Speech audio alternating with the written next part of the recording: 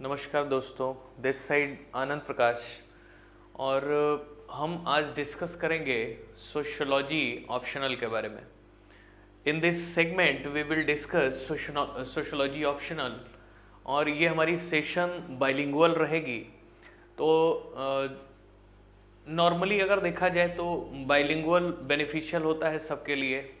आज की डेट में चाहे इंग्लिश मीडियम के स्टूडेंट्स हों, चाहे वो हिंदी मीडियम के स्टूडेंट्स हों, तो बाइलिंगुअल एक तरीके से ज़्यादा महत्वपूर्ण होता है चीज़ों को समझने के लिए।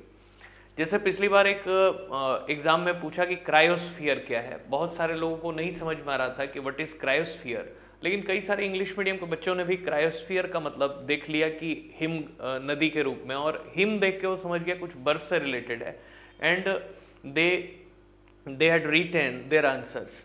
तो हम भी क्या करेंगे, इसी संदर्भों में चीज़ों को समझेंगे।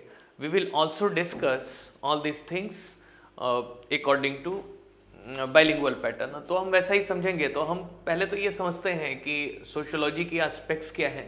तो आज का जो सोशियोलॉजी के एस्पेक्ट्स हैं वो एक बड़ा ही डायनामिक टॉपिक है, और आजकल अगर ऑप्शनल के संदर्भ में देखा जाए, अगर ऑप्शनल के संदर्भ में हम देखें तो ये बड़ा ही महत्वपूर्ण एक पोर्शन दिखाई दे रहा है। अगर ऑप्शनल के संदर्भ में देखें तो हमारे लिए एक बड़ा ही महत्वपूर्ण पॉइंट दिखाई दे रहा है। अगर देखें तो इसमें मार्किंग पैटर्न भी ठीक ठाक है।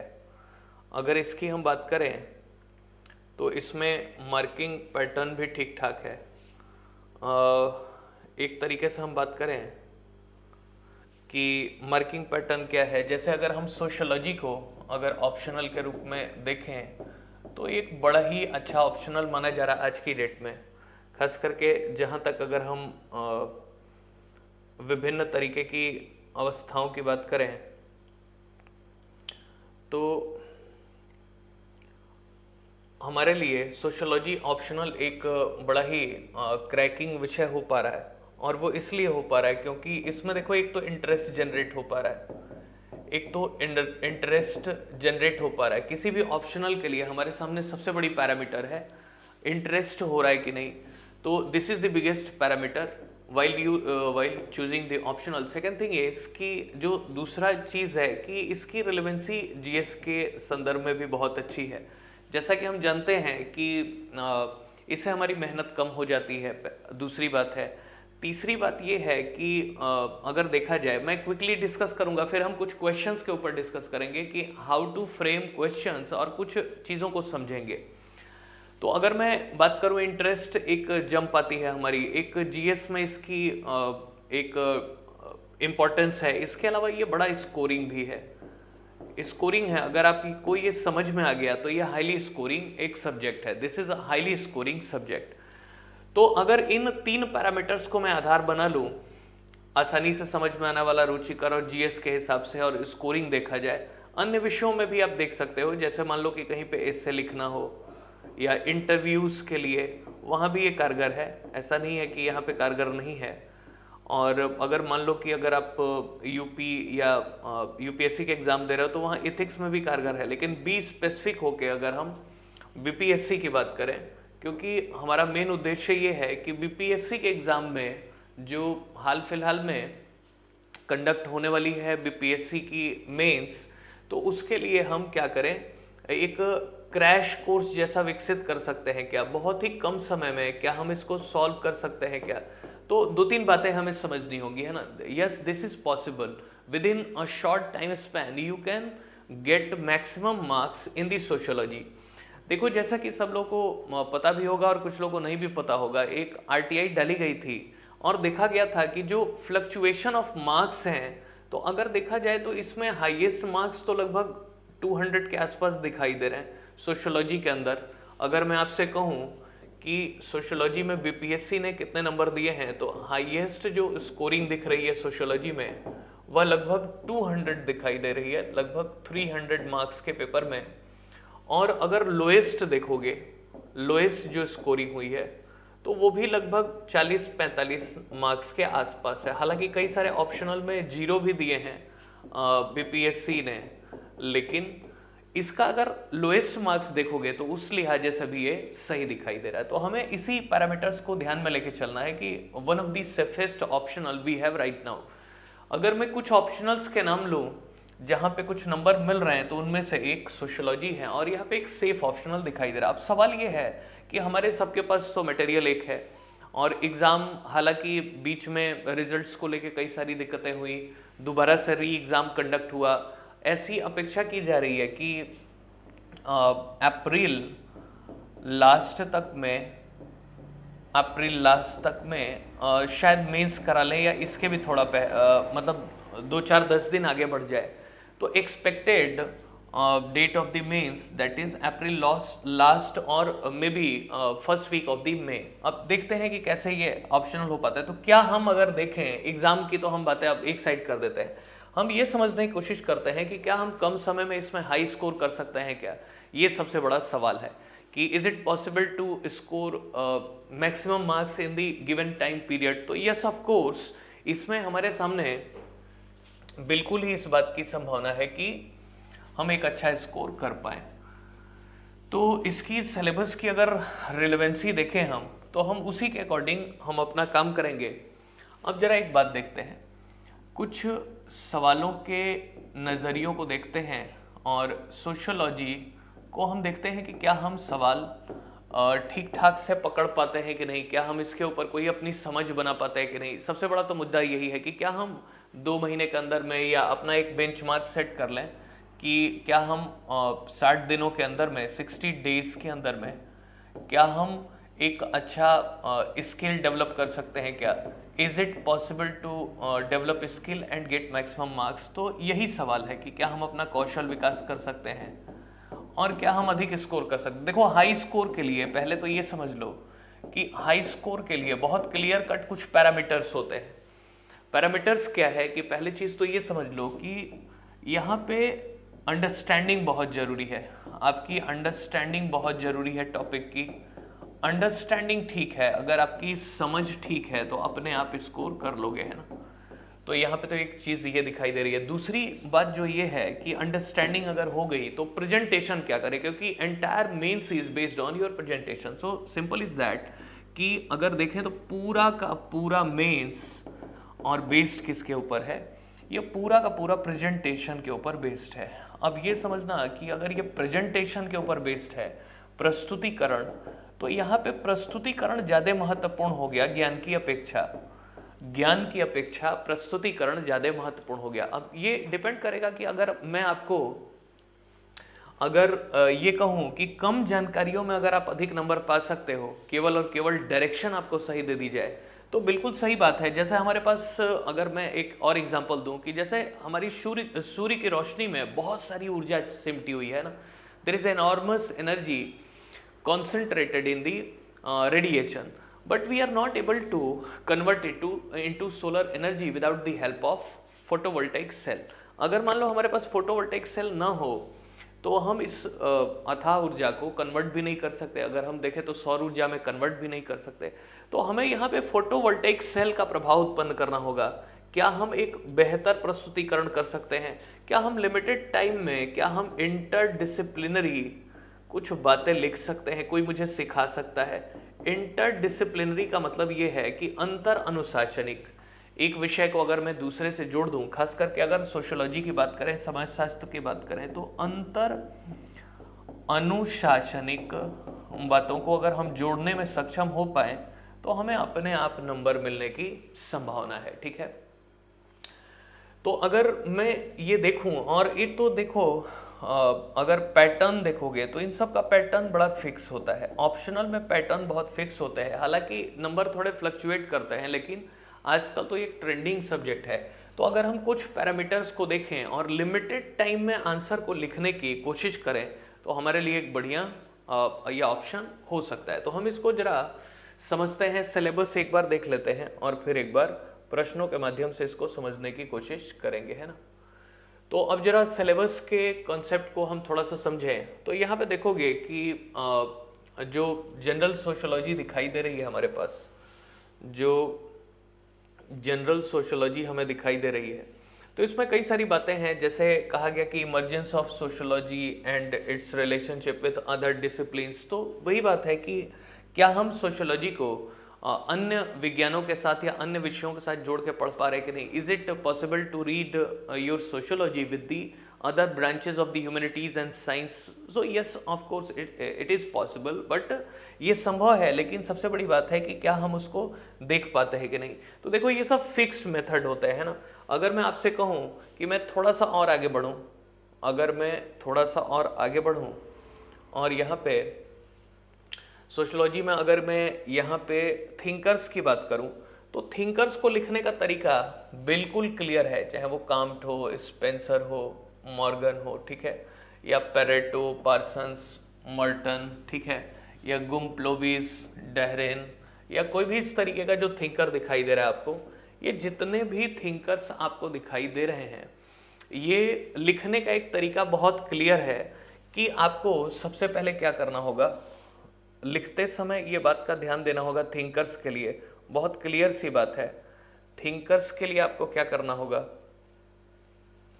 थिंकर्स के लिए आपको एक तरीके से एक स्थिति बनानी होगी। थिंकर्स के लिए आपको क्या करना होगा, सिंपल है। अगर थिंकर्स वाले में आपको कुछ भी लिखना है तो आपको कुछ पैरामीटर्स ध्यान में रखने होंगे। एक तो कि थिंकर्स की आइडियोलॉजी क्या है, थिंकर्स की आइडियोलॉजी क्या है, क्या ये जो आइडियोलॉजी है इसका कोई मतलब औचित्य हो रहा है कि नहीं। जो ये आइडियोलॉजी है, क्या हम इस आइडियोलॉजी को इसकी कुछ क्रिटिक विकसित कर सकते हैं क्या, कुछ इसकी आलोचना कर सकते हैं क्या। Is it possible to say something about the thinker critically. हमेशा याद रखना कि ये आलोचना कैसी होनी चाहिए, सॉफ्ट होनी चाहिए, है ना। सवाल ये नहीं है कि कितना पढ़ते हो, सवाल ये है कि प्रेजेंट कैसे कर पाते हो अपने को, क्या आपके पास वो पूरा रास्ता है। अभी हम उसी के ऊपर कुछ बात करेंगे। या अगर मैं कहूँ कि इस थिंकर की रिलेवेंसी क्या है, इस थिंकर की वर्तमान समाज में औचित्य क्या है, प्रासंगिकता क्या है, और अंतिम बात यह है कि क्या हम इसके लिए एक कंक्लूजन दे सकते हैं क्या। हमेशा याद रखो कि जब निष्कर्ष दोगे किसी भी थिंकर के लिए, तो उसकी एकदम से चाहे कुछ भी हो उसमें बहुत कड़ी आलोचना नहीं करनी। ऑलवेज रिमेंबर कि do not go with brutal critic of any thinker. अगर आपके पास ये 3-4 बातें क्लियर हैं तो आप थिंकर्स के बारे में एक अच्छा उत्तर लिख सकते हो। हमेशा याद रखें कि इसकी आइडियोलॉजी को थोड़ा सा इंटरडिसिप्लिनरी देखने की कोशिश करें, इंटरडिसिप्लिनरी देखने की कोशिश करें। अब जैसे मैं आपको एक उदाहरण दे रहा हूँ, उदाहरण से हम बेहतर समझ पाएंगे। जैसे मान लो कि अगर पूछता है कार्ल मार्क्स, जैसे मान लो अगर पूछता है कार्ल मार्क्स, अब मान लो अगर कार्ल मार्क्स के बारे में पूछा गया तो आपको ये क्लियर होना चाहिए कि किस आइडियोलॉजी की बात की जा रही है। मान लो कि अगर पूछा गया कि कार्ल मार्क्स का जो एक तरीके से सुपर स्ट्रक्चर का सिद्धांत क्या है, या कार्ल मार्क्स की अपनी जो थियरीज हैं, क्लास स्ट्रगल की थियरीज हैं, उसका क्या मतलब है। तो मान लो अगर कार्ल मार्क्स से संबंधित सिद्धांत पूछा जाता है तो आपको आइडियोलॉजी आनी चाहिए, आपको आइडियोलॉजी आनी चाहिए। अब मुझे अगर ये लिखना होगा तो मैं कैसे लिखूं। पहले तो आपको तय करना होगा कि आप किसी भी प्रश्न में इंट्रोडक्शन कैसा लिखना चाहते हो, इंट्रोडक्शन कैसा लिखना चाहते हो। इंट्रोडक्शन के अब देखो जितना भी हो आपने एक तय कर लिया कि हमें इसी फॉर्मेट में आंसर लिखना है। Introduction, main body, introduction, main body, मुख्य भाग और कंक्लूजन। अब देखो क्रैश कोर्स में हमारे सामने सबसे बड़ा सवाल यह है कि लिमिटेड समय में हम अपने सिलेबस को कैसे कंप्लीट करें, और सवाल यह भी है कि सिलेबस से भी ज़्यादा कौन से एरियाज हैं जहां पे हम फोकस करें और जहां पे प्रैक्टिस करें तो अधिक स्कोर कर लें, है ना। तो हमारा इश्यू यही है, क्योंकि हम एंटायर डेप्थ में ना जाके हम एक एनालिसिस विकसित करें और उन क्षेत्रों की ओर बढ़ें जहां पे स्कोर प्राप्त करने की संभावना है। So we must focus on those areas which are potentially very good for the next forthcoming questions, and we have to focus on that one by one. because we are not going to invest our time and energy to understand entire syllabus, but in this crash course we will discuss how to get maximum marks and how to find out core areas which are important for your mains examination. हम यही देखने की कोशिश कर रहे हैं कि ये कितना महत्वपूर्ण हो रहा है। खास करके अगर मैं बात करूं 65वीं मेंस की, तो ये बड़ा ही एक तरीके का महत्वपूर्ण सेगमेंट है। और अगर आप यहाँ पे एक एसएस कर ले गए, कुछ लोगों ने तो 2-2 महीने में पढ़ के और बहुत अच्छे नंबर ले आए हैं, और कुछ लोग बहुत लंबे समय से पढ़ रहे हैं तो भी उनके नंबर नहीं आ रहे। तो यही सबसे बड़ा सवाल है कि क्या हम नंबर पा सकते हैं कि नहीं। तो मान लो कि अगर मुझे आइडियोलॉजी लिखनी है तो मैं यहाँ से जरूर स्टार्ट करूँगा कि मैं इसी फॉर्मेट को फॉलो करूँगा कि कार्ल मार्क्स की आइडियोलॉजी, फिर कार्ल मार्क्स की कोई अगर क्रिटिक हो, कोई आलोचना हो वो, और फिर मैं क्या करूँगा, एक कंक्लूजन के फॉर्मेट में आगे बढ़ूंगा, एक कंक्लूजन के फॉर्मेट में आगे बढ़ूंगा, क्योंकि थिंकर्स में हमारे पास बहुत ज़्यादा रास्ते नहीं होते हैं ना। तो मैं क्या करूंगा, इसकी क्रिटिक और इसकी रिलेवेंसी कर दूंगा। यहाँ पे तीसरा पॉइंट रिलेवेंसी कर देता हूँ, कार्ल मार्क्स के विचारों की प्रासंगिकता कर देता हूँ। अब मान लो कि मुझे ये लिखना है और मेरे पास लिमिटेड टाइम है, तो पहले तो मैं साइंटिफिक तरीके से टाइम डिवीजन करूंगा, है ना। मान लो कि देखो, बहुत क्लियर कट मैं बात बता रहा हूँ कि मान लो कि अगर आपको एक उत्तर लिखना है, ठीक है, और लगभग 400 वर्ड्स में लिखना है। मैं एक अंदाजा बता रहा हूँ, बस एक वैज्ञानिक तरीके की बात बता रहा हूँ, क्योंकि वैज्ञानिक तरीके से काम करेंगे तभी काम हो पाएगा, है ना। तो अगर मान लो मुझे 400 वर्ड्स में अगर ये आंसर लिखना है, ठीक है, तो मुझे पहले साइंटिफिकली ये डिसाइड करना होगा कि मेन बॉडी एक बड़ा हिस्सा है, तो क्यों ना मैं 300 वर्ड्स यहाँ पे कर लूँ, 50 वर्ड्स यहाँ पे कर लूँ मैक्सिमम, और 50 वर्ड्स यहाँ पे कर लूँ। जब तक बांटोगे नहीं तब तक लिख ही नहीं पाओगे, है ना।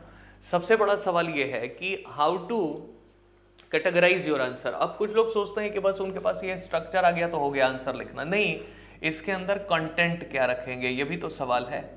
इसके अंदर विषय वस्तु क्या होगी, कंटेंट क्या होगा। तो मान लो कि पहले तो हमें ये तय करना होगा कि हमें ये पूरा टाइम देखना होगा, है ना।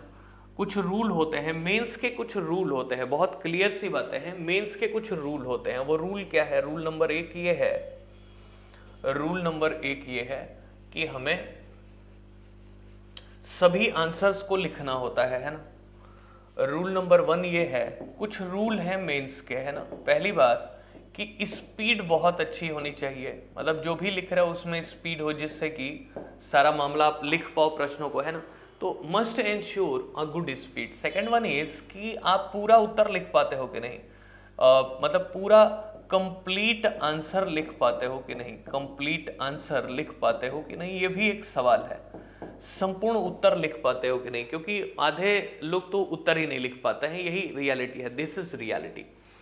तो कंप्लीट उत्तर लिख पाते हो कि नहीं। तीसरी बात कि जो आपने लिखा है क्या उसको पहले से प्रैक्टिस की है कि नहीं, क्योंकि देखो एग्जाम में इतना सोचने का अवसर नहीं होता, 3 घंटे का एग्जाम दे रहे हो, तो क्या उसमें प्रैक्टिस की है कि नहीं, that is very very important thing. So 3 parameters of the mains, speed, complete answer and practice. और एक चौथी बात है जो बड़ा महत्वपूर्ण है कि एक गाइडेंस, अगर आपको एक गाइडेंस मिल जाए, एक जानकारी मिल जाए कि किस तरीके से हमें उत्तर लिखने हैं, तो अपने आप स्कोर कर लोगे, है ना। तो इस केस में जैसे हम जो भी क्रैश कोर्स करेंगे तो इसमें हम संभावित प्रश्नों के ऊपर चर्चा करेंगे, उनकी आंसर फ्रेमिंग करेंगे, उनकी आंसर पैटर्न को देखेंगे, क्योंकि ये पूरा मसला क्या है कि आप टॉपिक में उन एरियाज को हाईलाइट कर पाओ जहां से बार बार सवाल आ रहे हैं और उनकी आंसर फ्रेमिंग कर पाओ, ये एक अलग मुद्दा हो जाता है ना। तो हमें ऐसे ही समझना है। कुछ बच्चे क्या करते हैं कि जैसे अभी वो पढ़ना शुरू करेंगे और पूरा सिलेबस पढ़ना शुरू करेंगे, किताबें खरीदेंगे, 10 तरीके के नोट्स लाएंगे और उसमें खूब सारा कंफ्यूजन हो जाएगा, है ना। तो that will be a very very problematic. तो मान लो कि अगर मुझे एक इंट्रोडक्शन लिखना है तो मुझे एक अच्छे इंट्रोडक्शन के लिए क्या करना होता है, बहुत क्लियर सी बात है। एक अच्छे इंट्रोडक्शन के लिए मान लो कि मुझसे कार्ल मार्क्स की सुपर स्ट्रक्चर के बारे में पूछा जा रहा है ना। एक सवाल है कि कार्ल मार्क्स का सुपर स्ट्रक्चर आप डिफाइन करिए। सुपर स्ट्रक्चर मैं फॉर एग्जांपल बता रहा हूं, मैं कुछ रियल टाइम जो पिछले साल के पूछे गए प्रश्न हैं उनके आधार पर भी कुछ बातें बताऊंगा। तो मान लो कि अगर सुपर स्ट्रक्चर के ऊपर एक सवाल आपसे पूछा जा रहा है तो अब दिक्कत ये होती है कि हम शुरुआत कहाँ से करें। तो देखो टू द पॉइंट अप्रोच क्या होता है, मेंस में टू द पॉइंट का बड़ा महत्व है, बिकॉज अगर टू द पॉइंट नहीं हो तो आंसर ही पूरा नहीं होगा, है ना। तो रिमेंबर इट कि you have to ensure to the point answer. वो कब लिखोगे, जब आपके पास बेहतर गाइडेंस हो। तो इंट्रोडक्शन में हमेशा ये इंश्योर करो कि एक लिमिटेड वर्ड्स का सहारा लेते हुए टू द पॉइंट, जैसे अगर हम डेफिनेशन दे पाए कि ये सुपर स्ट्रक्चर है क्या, सीधे हम डेफिनेशन पे आ जाएं, परिभाषा दे दें कि कार्ल मार्क्स के अनुसार यह सुपर स्ट्रक्चर क्या है। तो हमने कह दिया कि समाज में जो हमारा राजनीतिक तंत्र होता है, पूरा पॉलिटिकल सिस्टम, राजनीतिक तंत्र, या जो हमारी संस्कृति होती है, जो हमारा धर्म होता है, संस्कृति या धर्म, ये सारा कुछ एटसेट्रा एटसेट्रा, ये क्या है, ये हमारा सुपर स्ट्रक्चर है। According to Karl Marx, political system, culture, religion, all these things considered as super structure, ठीक है। तो ये आपने लिख लिया डेफिनेशन, सीधे टू द पॉइंट आपने बात की है ना, सीधे टू द पॉइंट बात की। और ये कहा कि ये जितना भी व्यवस्था होती है ये किस तरीके से काम करती है। कार्ल मार्क्स ये कह रहा है कि समाज पे इसके माध्यम से कंट्रोल कर लेता है इन्फ्लुएंशियल क्लास, है ना। जो भी प्रभावशाली वर्ग होगा वो क्या करेगा, समाज के ऊपर कंट्रोल कर लेगा, इन सब चीज़ों का सहारा लेगा। जैसे आज ही आप देखो ना, आज जितनी भी धनी लोग हैं, क्या वही लोग सिस्टम को नहीं चला रहे, तो सच्चाई भी है। तो अब अगर मान लो आपने ये समझ लिया और अगर आपको बता दिया गया कि ठीक है यहीं से आंसर को हमें स्टार्ट करना है, ठीक है, फिर आपने लिखा कि वर्तमान में, जैसे फॉर एग्जांपल जनरली लोग नहीं लिखते हैं, लेकिन अगर आप लिखोगे तो आंसर मिलेगा कि क्या इस सिद्धांत का करंट अफेयर्स में कोई योगदान है, क्या इस सिद्धांत का करंट अफेयर्स में कोई योगदान है, क्या इसका करंट अफेयर्स में योगदान। और एक बात याद रखना कि लोग पढ़ना तो खूब जानते हैं लेकिन लिखना नहीं जानते, और ये लिखने का एग्जाम है ना कि पढ़ने का। अगर पढ़ने का एग्जाम होता तो इसमें मिनिमम क्वालिफिकेशन होती PhD, नहीं लग रहा है, लेकिन इसमें तो प्लेन ग्रेजुएट को बुला ले रहे हैं। तो हमेशा याद रखना कि ये लिखने का एग्जाम है, ये प्रेजेंटेशन का एग्जाम है। अगर आपकी प्रेजेंटेशन बढ़िया है तो इजीली सिलेक्शन हो जाएगा, रैंक के साथ सिलेक्शन हो जाएगा। और अगर प्रेजेंटेशन ठीक नहीं है तो फिर वो लूडो वाली खेल चलती रहेगी, है ना, सांप सीढ़ी वाला, कि आप एक लंबे समय तक तैयारी कर रहे हैं और फिर कुछ ऊपर बढ़ रहे हैं, फिर वो सांप काट रहा, फिर नीचे आ जा रहा है ना। तो ये चलता ही रहेगा, believe me, this is going to be happened, एकदम तय बात है। तो इसीलिए मैं कह रहा हूं कि अगर आपको लिखने का तरीका आ गया, जैसे करंट अफेयर में हम क्या लिख सकते हैं कि वर्तमान में भी अगर देखा जाए तो ये प्रवृत्ति दिख रही है कि जैसे जो डेवलपिंग नेशंस हैं, जो विकासशील देश हैं, खास करके भारत जैसे समाज है, जो डेवलपिंग नेशंस हैं, जो विकासशील समाज है, वो इस तरीके की प्रवृत्तियों में ज्यादा दिख रहे हैं ना। मतलब कि वहां पे थोड़ा धर्म का बोलबाला दिख रहा है, संस्कृति का बोलबाला दिख रहा है। राजनीतिक व्यवस्था में कुछ ऐसे लोग हैं जो इसका फायदा अपने स्वार्थ के लिए उठाते हैं, है ना, और कहीं ना कहीं शोषण की कुछ प्रवृत्तियां चलती रहती हैं। तो यहाँ पे आपने कुछ करंट अफेयर्स बता दिया कि कोई घटना ऐसी बता दी, कोई ऐसा उदाहरण दे दिया, या कुछ नहीं याद आ रहा है तो बस इतना ही लिख लो कि विकासशील देशों में यह प्रवृत्तियां ज्यादा दिखती हैं, विकासशील देशों में या अल्प विकसित देशों में यह प्रवृत्तियां अधिक दिखती हैं। भारत के लिए तो ये और भी महत्वपूर्ण एक मसला है, क्योंकि आप भारतीय सिविल सेवा का एग्जाम दे रहे हो तो बिल्कुल तय बात है, जैसे मान लो बिहार में दे रहे हो, ठीक है, तो बिहार में ही लिख सकते हो कि हाल फिलहाल के दशकों में ऐसा देखा गया है कि बिहार में राजनीतिक तंत्र, संस्कृति, धर्म का सहारा लेके, और इसको हमने एक तरीके से जो समाज का उच्च तबका है इसका फायदा उठाता है अपने लाभ के लिए, है ना। बस इतना लिख के आगे बढ़ गए। तो आपने एक अच्छी स्टार्ट कर दी है, और इससे क्या एग्जामिनर को लग रहा है कि आप तो टू द पॉइंट लिखते हो और बातों को करंट अफेयर्स से भी जोड़ देते हो, है ना। अब ये तो हो गया करंट अफेयर्स की बात। सिंपली अगर हम आगे बढ़े तो हमें मेन बॉडी में जाना है, ठीक है। अब मेन बॉडी में होता क्या है कि उन्होंने कहा है कि सुपर स्ट्रक्चर के सिद्धांत की व्याख्या करिए, है ना। तो आपने सीधे सीधे सुपर स्ट्रक्चर की तो डेफिनेशन उधर ही दे रखी है। आपने बोला कि ये जो super structure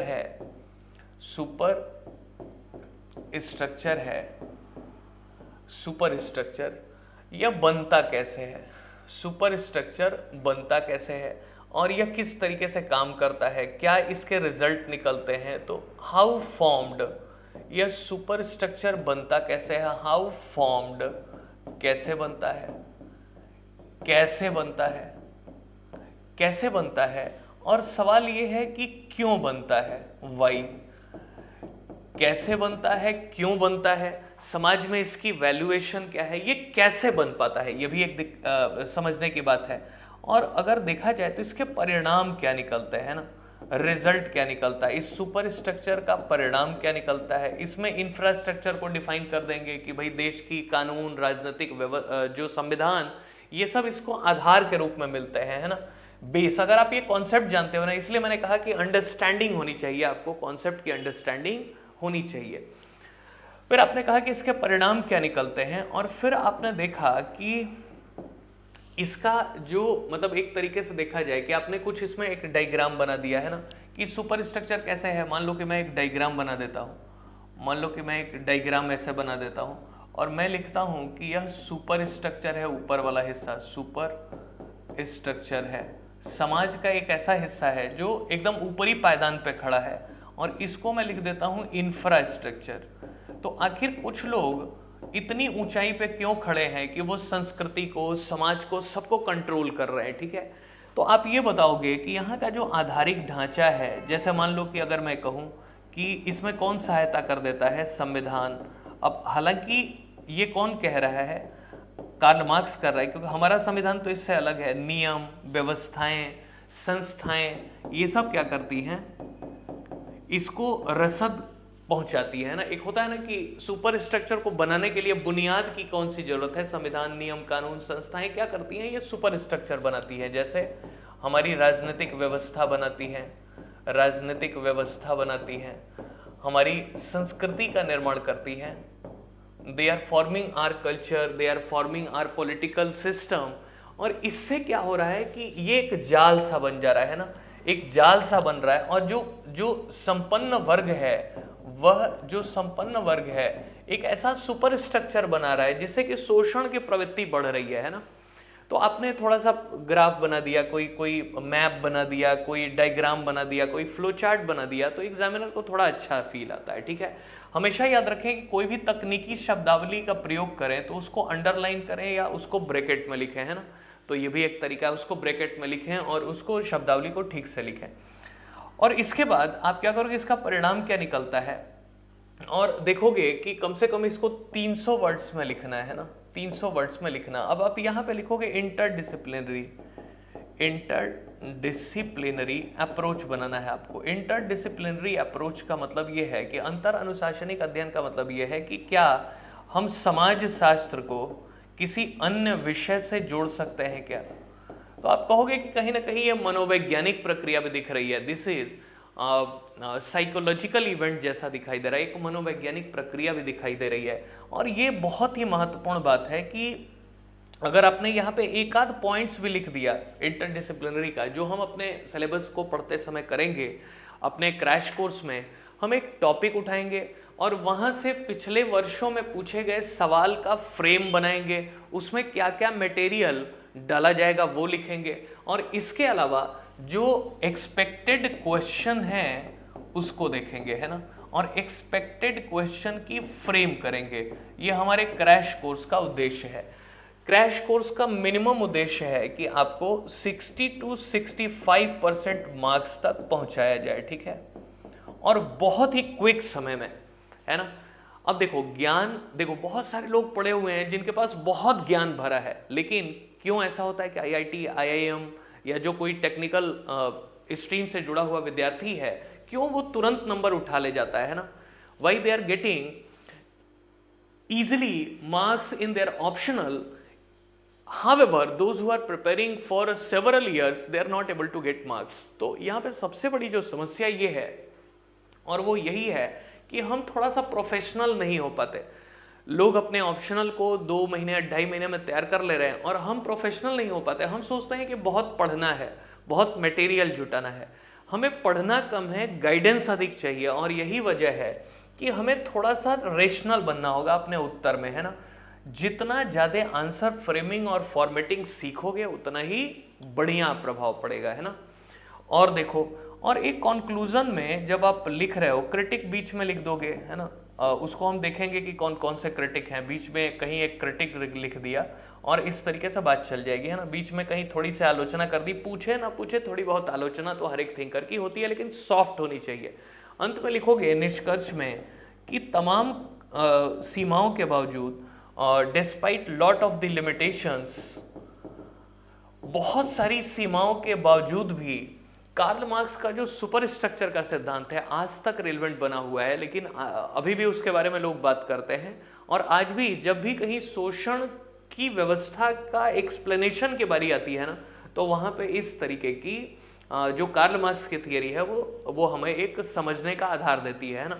on the basis of Karl Marx super structure theory we are identifying exploitative structure till yet present in the society. तो अगर मान लो ये सब बातें अगर आपने लिख दी तो थोड़ा सा अच्छे नंबरों की अपेक्षा आप कर सकते हो। प्रॉब्लम ये है कि हम पढ़ते तो बहुत हैं लेकिन हमें लिखना नहीं आता है ना। और जितने भी हाल फिलहाल के मैंने बहुत सारे स्टूडेंट्स को पढ़ाया और बहुत सारे बच्चों को मैंने देखा कि वो जिन जिन लोगों ने पढ़ा बहुत था उनको कम नंबर आए, और जिन जिन लोगों ने लिखा बहुत था उनको अधिक नंबर आए। अब सवाल यह है कि हर कोई हमसे कहता रहता है कि लिखते रहो, आंसर लिखने से ठीक हो जाएगा। क्या एक्सपेरिमेंट करने का वक्त है आपके पास? और अगर एक्सपेरिमेंट करने का वक्त भी हो, मान लो 2 साल बाद भी लिखना हो, तो क्या आपको पता ही नहीं है कि लिखना किस डायरेक्शन में है? जैसे मान लो कि अगर आप किसी चौराहे पे जाते हो, ठीक है, और आप वहाँ से ये क्वेरी करते हो कि मुझे किसी के घर पे जाना है, ठीक है, मिस्टर ए के घर पे जाना है, और कोई कहता है कि गोल गोल घूमते रहो, पहुँच जाओगे उनके घर तक, कभी ना कभी तो पहुंचोगे ही। तो ये वाला रास्ता सही है कि मुझे कोई बता दे कि इनका घर, मिस्टर ए का घर मिस्टर बी के बगल में है अगले चौराहे पे, इजंट इट? तो यही वाला तरीका है। आंसर राइटिंग एक आर्ट है, this is an art and you have to learn it. आपको सीखना पड़ेगा, ये कला है और इस कलाकारी को आपको सीखना पड़ेगा। एक बैलेंस्ड व्यू पॉइंट बनानी पड़ेगी। और अगर हमारी क्लासेस की खासियत क्या होगी कि हम हर उन पहलुओं के ऊपर काम करेंगे जहां से, अब देखो मैं कुछ बता रहा हूं कि हम क्या क्या किस किस पैरामीटर्स पे काम करेंगे। पैरामीटर्स हमारा क्या होगा, इस क्रैश कोर्स का फायदा क्या होगा, इस क्रैश कोर्स का फायदा क्या होगा। इसमें हम एक टारगेट सेट करेंगे। टारगेट ये होगा, हमारा टारगेट ये होगा कि हम अपने लगभग ऐसा मान के चलो कि 60 डेज की क्लासेस में अगर मैं आपसे कहूं तो ये 60 डेज की क्लासेस में अब हम आवर्स की तुलना कर लेंगे कि कितना आवर्स चाहिए हमें रिक्वायर्ड। लेकिन सवाल ये है कि अगर मान लो 60 डेज हमारे पास बच रहा है, एक मैं आइडियल फ्रेमवर्क बता रहा हूं आपको, आइडियल फ्रेमवर्क बता रहा हूं। तो इस 60 डेज में अगर मैं ऐसा भी कहूं कि मान लो कि अगर मेरे पास एक क्रैश कोर्स हो तो मैं क्या करूंगा कि असेसमेंट करूंगा। असेसमेंट क्या होगा कि पिछले साल के जितने भी आपके पास प्रश्न हैं वह पूरे हो जाए। पहली बात यह है कि हम पिछले जितने भी वर्षों के प्रश्न हैं जो महत्वपूर्ण है, जहां से ट्रेंड परिवर्तन हो रहा है, तो उसको सॉल्व कर लें। तो हमारे पास पूरा का पूरा एक सॉल्यूशन अवेलेबल हो पिछले साल के प्रश्नों का, सॉल्यूशन और जो प्रीवियस ईयर के क्वेश्चन है ना, तो हम इसके ऊपर काम करेंगे, प्रीवियस ईयर के क्वेश्चन के ऊपर काम करेंगे। फिर एक पॉसिबल क्वेश्चंस को एसेस करेंगे, पॉसिबिलिटी कहाँ से है, पॉसिबल फ्रेमवर्क बनाएंगे। फिर इसमें वैल्यू एडिशन करेंगे। वैल्यू एडिशन का मतलब यह है कि इसमें और क्या जोड़ दें कि जिससे अधिक मार्क्स मिले, है ना। वैल्यू एडिशन करेंगे। वैल्यू एडिशन जैसे फ्लो चार्ट क्या बनाए, किस तरीके की डायग्राम बनाए, है ना, मैपिंग की जरूरत हो तो कहाँ पे करें, टेबल कैसे बनाएं, तो वैल्यू एडिशन करेंगे। क्या क्या करने से एक एक नंबर की बात होती है। इसी बार मैंने देखा कि लोगों की एक एक 2-2 नंबर से फाइनल लिस्ट में आने से चूक गए हैं, एक एक 2-2 नंबर से एसडीएम डीएसपी जैसे पद जाते रहे हैं, है ना। तो this is very very important. तो हम वैल्यू एडिशन करेंगे क्योंकि हर नंबर महत्वपूर्ण है हमारे लिए, मेंस में तो ऐसा ही होता है। चौथी बात कि अगर हमारे पास रणनीति, स्ट्रेटजी की समय कम हो तो क्या करें, अगर मान लो किसी प्रश्न पे अगर अधिक समय लग गया है तो क्या करें, रणनीति कैसे बनाएं, एग्जामिनेशन के ठीक पहले रणनीति कैसे बनाएं, किस तरीके के हमारे नोट्स हों, माइक्रो नोट्स कैसे होने चाहिए, इसके ऊपर काम कर लिया। और हम इसी के ऊपर काम करेंगे कि क्योंकि अब ये क्रैश कोर्स है तो हम माइक्रो नोट्स की एक टॉपिक है, इसके कौन कौन से महत्वपूर्ण पहलू हैं, अगर हमारे पास आ गए इसके महत्वपूर्ण पहलू तो हमने इसको 5 बार 10 बार रिवाइज कर लिया। बिलीव मी, अगर आपने माइक्रो नोट्स का सही यूज कर लिया, माइक्रो नोट्स मतलब कि किसी भी विचारधारा की कुछ महत्वपूर्ण बातें अगर आपने नोट कर ली तो आपका काम हो गया। और इसके बाद हम थोड़ी सी एक प्रैक्टिस जैसा कर लेंगे कि भाई हम कितना लिख पा रहे हैं, एक प्रैक्टिस जैसा कर लेंगे ना, practice and evaluation of copies, मतलब कॉपियों की एक इवैल्यूएशन हो जाएगी आपकी, और वो टीम ऑफ एक्सपर्ट्स के द्वारा की जाएगी जो लोग सिलेक्टेड हैं ऑलरेडी, और जो अभी एक अच्छी स्थिति में है, खुद मैं करूँगा इवैल्यूएशन को, है ना। तो आपकी प्रैक्टिस हो जाएगी और लमसम आप इसी मार्क्स के करीब रहोगे, है ना। तो लगभग हमारी एक्यूरेसी रेट इतनी रही है कि लगभग आप इसी मार्क्स के आसपास रहोगे। तो हमारी जो क्रैश कोर्स होगी वो इसी संदर्भों को लिए हुए होगी, and entire thing will be given to you in the bilingual manner, like as when will we start, then हम हर एक चीज को हिंदी इंग्लिश दोनों में करके देख लेंगे, है ना, जिससे कि चाहे जिस भी मीडियम के आप हो तो आपको बेनिफिट हो जाए। तो यहाँ पे समझ गए मेरी बातें। अब ये तो हो गया, अब जरा हम रियल टाइम कुछ प्रश्नों को उठाते हैं। एक तो हमने थिंकर्स वाले पार्ट को देख लिया, अब जरा हम रियल टाइम थिंकर्स को यहाँ से उठाते हैं। अब जरा देखो, जरा हम सिलेबस को एक बार मगअप करके देखते हैं कि हमारे सिलेबस की स्थिति क्या है। अब देखो यहाँ पे क्विकली मैं बता दे रहा हूँ कि यहाँ पे कुछ हमारे थिंकर्स हैं। यहाँ पे देखो, अब ये सामाजिक संरचना दिख रही है। अगर मैं कहूँ कि concept and types and approaches, अब देखो होता क्या है, जैसे अगर मान लो अगर आपको तुरंत कोर्स को खत्म करना है तो हम पूरा पढ़ने बैठ जाते हैं ना।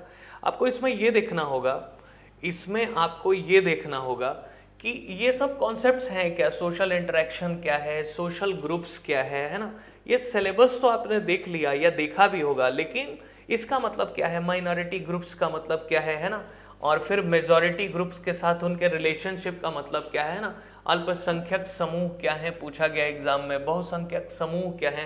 पहले तो इसकी लिटरल मीनिंग ही आपको जाननी होगी, है ना। लिटरल मीनिंग का मतलब ये होता है कि अपने सिलेबस में लिखी गई बातें आपको समझ में आ रही हैं कि नहीं। तो इसको हम डिकोड कर लेंगे कि भाई ये सब क्या है ना। जैसे कि अब जैसे मैं कहूँ कि सामाजिक संरचना के तत्व क्या है, व्यक्ति और समाज क्या है ना। ये सब जो सिद्धांत है, मार्क्सवादी सिद्धांत, प्रकार्यवादी सिद्धांत, ये सब क्या है, तो एक बेसिक सा आइडिया रहेगा सिलेबस के बारे में। देखो हम किस तरीके से करेंगे। मान लो कि हमने एक ओवरऑल समझ बना लिया है ना, एक ओवरऑल कीवर्ड्स को एक्सप्लेन कर लिया, तो ओवरऑल समझ बना ली कि अच्छा ये सिलेबस में ये पॉइंट्स दिए गए हैं, और अगर मान लो कि कुछ नहीं भी आ रहा है तो भी क्या हम लिखने की स्थिति में हैं या नहीं। If you are not able to understand the syllabus, then during the examination if guess it कि अगर मान लो कुछ अनएक्सपेक्टेड क्वेश्चन आ गया तब क्या करोगे। तो कुछ लिखने की स्थिति बन रही है कि नहीं, तो हम यहाँ पे ये देखने की कोशिश करेंगे, ठीक है। जनरली हम क्या करते हैं कि पढ़ने के ऊपर बहुत फोकस कर देते हैं और अंतिम समय पे लिख नहीं पाते हैं ना। तो ओवरऑल समझ बनाएंगे और जो एग्जाम के पॉइंट ऑफ व्यू से फोकस एरिया है उसको हम ध्यान से देखने की कोशिश करेंगे, जो फोकस एरिया है, ठीक है। क्लियर हो गया। तो अब जरा देखो यहाँ पे एक हमारी सेगमेंट दिख रही है, इसको हम देखते हैं। जैसे कहा गया कि इनइक्वालिटी, अब देखो ये कितना बढ़िया सवाल है ये सब, कि जैसे अगर मैं कहूँ कि इनइक्वालिटी हर साल पूछे जाने वाले सवाल है ना। और अगर मैं कहूँ सामाजिक स्तरीकरण, स्ट्रैटिफिकेशन की बातें है ना। अगर मैं आपसे कहूँ कि जो सोशल स्ट्रैटिफिकेशन है, जो सामाजिक वर्गीकरण है, और उसमें जो गतिशीलता दिख रही है वो है ना, और संस्कृतिकरण, संस्कृताइजेशन, वेस्टर्नाइजेशन, ये सब बहुत ही कॉमन से सवाल हैं कि भारत की सोसाइटी के ऊपर इसका क्या प्रभाव पड़ रहा है, आधुनिकीकरण का क्या प्रभाव पड़ रहा है ना। और ये सारी बातें हम इसको अपने टॉपिक में देखेंगे और थोड़ा सा समझेंगे कि आखिर ये है क्या, है ना। जरा और भी आप देखें इसे। बेसिकली अब ये टॉपिक्स देखो बहुत ही इंटरेस्टिंग से टॉपिक्स हैं, और इसके बारे में तो हर साल सवाल पूछा ही जाता है। जैसे function and types of family, जैसे हमारे समाज में न्यूक्लियर फैमिलीज दिखाई दे रही हैं। जैसे आज की डेट में ही देखो समाज में कितना अलगाव हो गया है, और परिवार अलग अलग दिखाई दे रहे हैं ना, मतलब कि आजकल हम शहरों में आ जाते हैं, धीरे धीरे अकेले रहने की आदत हो जाती है। और अभी 2019 का यूपी का रिजल्ट आया, इसके पहले 64वीं का इंटरव्यू हुआ, 63वीं का रिजल्ट आया, तो कई सारे बच्चों से बातें हुई तो वो कहते हैं कि अब हमें अकेले रहने की आदत हो गई है और बड़ा उलझन हो रही है। सिलेक्शन के बाद जब लोगों के बीच में जा रहे हैं तो उनको बहुत उलझन हो रही है, क्योंकि वर्षों से तो उनको अकेले रहने की आदत है। तो आजकल समाज का जो ढांचा हो रहा है ना, हम अपनी प्रोफेशन के लिए और अपने काम के लिए, पढ़ाई लिखाई के लिए न्यूक्लियर एक व्यवस्था में आ जाते हैं, लोनलीनेस में आ जाते हैं, एकाकीपन आ जाता है और न्यूक्लियर फैमिलीज ज्यादा दिखाई दे रही हैं। तो मतलब अगर देखा जाए तो ये भी एक ट्रेंड दिखाई दे रहा है। और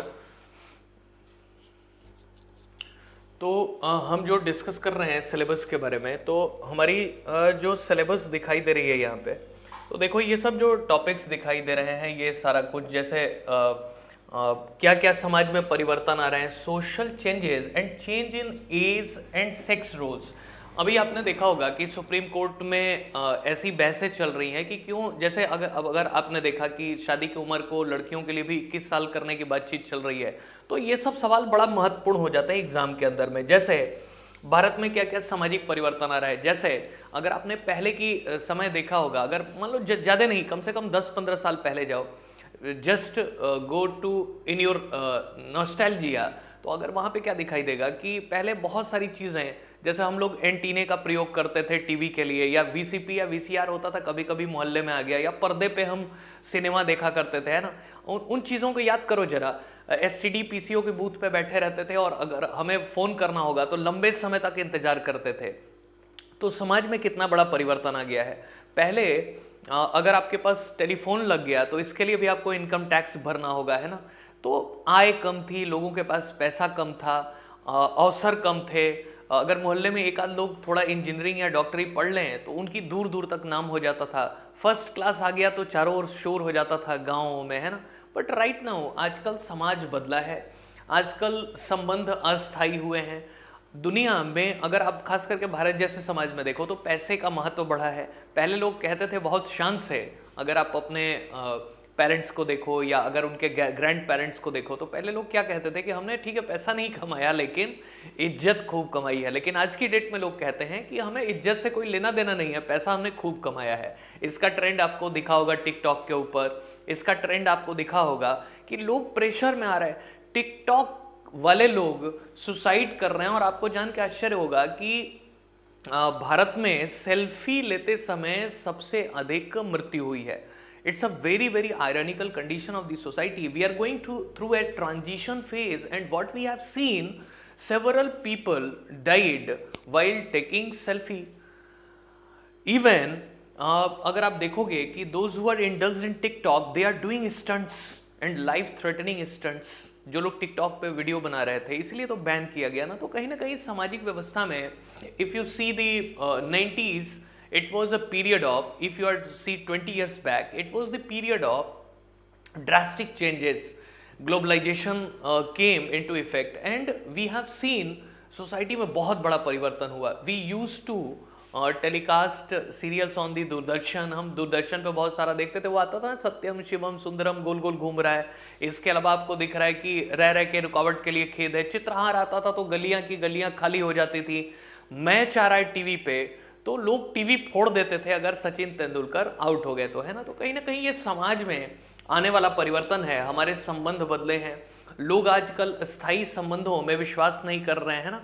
तो ये एक समस्या दिखाई दे रही है। लोग कहते थे कि मैं अपनी घर फैमिली को छोड़ के कहीं नहीं जाऊंगा, और आज की दुनिया में क्या दिख रहा है कि अगर मंगल ग्रह पे भी जॉब लग गई तो चले जाएंगे, है ना। तो ये समाज की व्यवस्था दिखाई दे रही है। तो कहीं ना कहीं ये फैमिली के संबंध बदले हैं, समाज बदला है, मैरिज की परिभाषाएं बदली हैं। आजकल पहले जैसे मैरिज में बहुत सारी रस्में होती थी, रिवाज होते थे, आजकल बड़ा कई बार विदाउट सेरेमनी भी हो जाता है। मैरिज से जुड़े हुए कई सारे एस्पेक्ट्स हैं कि मैरिज कहीं विमेन के अधिकारों को कम करने की तो पद्धति नहीं है, या जो मैरिज है वो आजकल एक तरीके का कॉन्ट्रैक्ट जैसा तो नहीं हो गया है, मैरिज में वो ट्रेडिशन खत्म हो रही है, या मतलब बहुत सारे पक्ष आएंगे। इंटरकास्ट मैरिज को बढ़ावा देना चाहिए कि नहीं, तो ऐसी बहुत सारी बातें उठ के आएंगी। एक और बात, ऐसे सब विषयों पे लिखने पे, क्योंकि ये ओपन सब्जेक्ट होते हैं ना, ओपन सब्जेक्ट या ओपन इश्यूज होते हैं, तो इस पे हाईएस्ट मार्क्स मिलते हैं ना। कि अब फॉर एग्जांपल जैसे ये डायनामिक नेचर है, डायनामिक इन नेचर है, आज भी इनके ऊपर लगातार बहस जारी है, तो इसके ऊपर अधिक नंबर मिलते हैं। तो हमें पेपर का कॉस्ट बेनिफिशियल एनालिसिस करना चाहिए। कॉस्ट बेनिफिशियल का मतलब यह है कि किन पक्षों के ऊपर ज़्यादा ध्यान देंगे तो हमारा ज़्यादा फायदा होगा, है ना। एक मजेदार बात यह है कि आज का जो समाज है वो औद्योगिक हो गया है, इंडस्ट्रियल हो गया है, तो इस सोसाइटी में हमारे लिए क्या अवसर दिख रहे हैं, ये सब मसलों के ऊपर भी हमारा ध्यान केंद्रित करना होगा, ठीक है। इसके अलावा हम देखें तो ब्यूरोक्रेसी की बातें हम करेंगे, और ब्यूरोक्रेसी में क्या क्या चेंजेस चाहिए, क्या क्या नीड है, ये सारी बातें हम देखेंगे, है ना। अगर आप यहाँ पे देखो तो बहुत क्लियर कट दिखाई दे रहा है कि जैसे अगर हम बात करें आइडियलिज्म की, आदर्शवाद की, या प्रकृतिवाद फिलॉसफी की बात कर रहे हैं, प्रैग्मेटिज्म मतलब व्यवहारवाद की बात कर रहे हैं, एजुकेशन की बात कर रहे हैं ना, और अगर इंटरनेशनल अंडरस्टैंडिंग की बात करें, नेशनलिज्म की बात करें, अभी मैं आपको आंसर राइटिंग करके भी बताऊंगा कि हम प्रश्नों को कैसे लिखें। फॉर एग्जाम्पल कि अगर मैं आपसे कहूँ कि नेशनलिज्म के ऊपर ही कुछ लिखो तो हम कैसे लिखेंगे। मान लो ये हमारा टॉपिक है नेशनलिज्म, अब आपको पता होना चाहिए कि कैसे लिखें। या मान लो एजुकेशन के ऊपर हमें लिखना पड़ जाए, या मान लो कि कल्चर के ऊपर लिखना पड़ जाए, है ना। और अगर मैं कहूँ कि मॉडर्नाइजेशन या आधुनिकीकरण के ऊपर लिखना पड़ जाए तो हमारे लिए क्या लिखने के रास्ते होंगे। तो मैं कुछ पक्षों की चर्चा कर रहा हूँ जिससे आपकी अंडरस्टैंडिंग होगी कि हम किस तरीके से क्रैश कोर्स में ये सारे इश्यूज को देखेंगे। We will handle all such issues which are till yet very very important in our crash course as earlier discuss with you by me. जैसा हमने पहले डिस्कस किया कि हम किस तरीके से सिलेबस में आगे बढ़ेंगे। जैसा मैं सिंपल सा एक आपको एग्जाम्पल दे रहा हूँ, ठीक है। अब ये सिंपल सा एग्जाम्पल क्या है, देखो जरा। एग्जाम्पल ये है कि मैं अगर आपको ऐसा कुछ बताऊं, मान लो कि अगर मुझे लिखना हो कि एक सवाल पूछा गया, एक सवाल आपसे पूछा जाए कि नेशनलिज्म क्या है। अगर मान लो एक सवाल आपसे पूछा जाए कि what is nationalism, what is nationalism, बस सवाल देखो, मैं आपको पढ़ाने की बजाय सवाल बता रहा हूं, क्योंकि मोस्टली क्या होता है कि हमारे पास बहुत सारी मटेरियल तो उपलब्ध होती है लेकिन हम उसको समझ ही नहीं पाते कि यूज़ कैसे करेंगे, है ना। रिसोर्सेज की कमी नहीं है, we are living in an information era, हमारे पास खूब सारी रिसोर्सेज हैं, बंडल ऑफ रिसोर्सेज है, लेकिन हमें पता ही नहीं है कि यूज़ कैसे करें। तो अगर मैं कहूँ कि व्हाट इज़ नेशनलिज्म, एंड अगर मैं बोलूँ कि रिसेंट चेंजेस या recent challenges in front of nationalism क्या है। एक सिंपल सा सवाल है कि राष्ट्रवाद क्या है। देखो ये सवाल, एक सिंपल सा सवाल ये है कि राष्ट्रवाद क्या है। हम ऐसे ही अपने क्रैश कोर्स में भी ऐसे प्रश्नों को देखेंगे और उसकी फ्रेमिंग करेंगे, और बिलीव मी आपको 65% अंक तो पक्के आ जाएंगे अगर मैं जैसा कह रहा हूं वैसा लिख लिया तो। हम इवैल्यूएशन भी करेंगे कॉपीज की, ठीक है। तो इस बात को समझना कि हमारे पास देखो अभी, अब एक बात, एक वार्निंग दे रहा हूं मैं। जैसा होता है ना कि सिगरेट के पैकेट पे स्टैट्यूटरी वार्निंग लिखा होता है या वाइन के पैकेट पे, तो I am giving you statutory warning, एक वैधानिक चेतावनी दे रहा हूं।